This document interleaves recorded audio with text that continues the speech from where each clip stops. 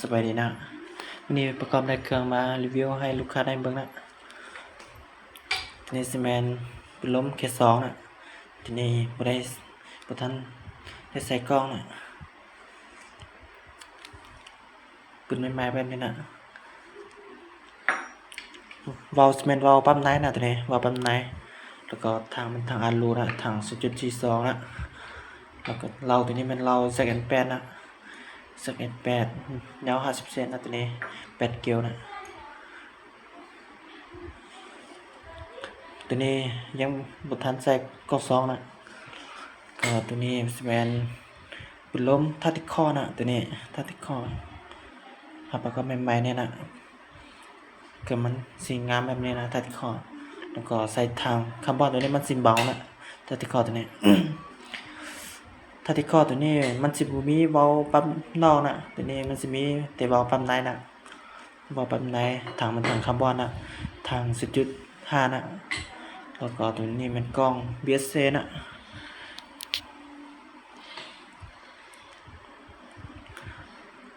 งามแบบนี้นะถ้าผู้ใดที่สนใจแล้วก็ติดต่อหาได้นะมีเก็บเงินปลายทางให้นะมันมีบางเสาลูกปืนนะเช่นนี้นะ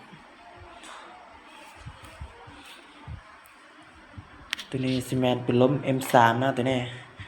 M3 ทางซีเมนต์ทางคาร์บอนนะก็ กล้องมันกล้อง BSC นะ BSC เราตัวนี้มันสิยาว60 เซนนะ60 เซน12 เกลียวนะตัวนี้จะมีบ้างใส่ลูกปืนที่กันนะใส่ทางหลังนี่เครื่องมันสีงามๆแบบนี้นะ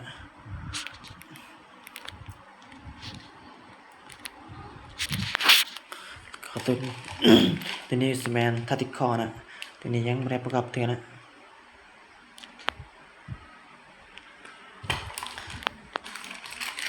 บางใส่ลูกปืนนะตัวนี้กล้อง2นะตัวนี้กล้อง Discovery นะตัวนี้นะเราแจ็คแอน8นะแจ็คแอน8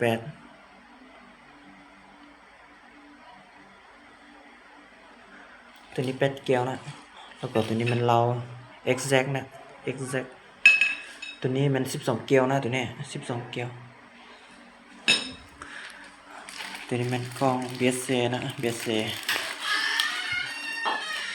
ทางคาร์บอนนะตัวนี้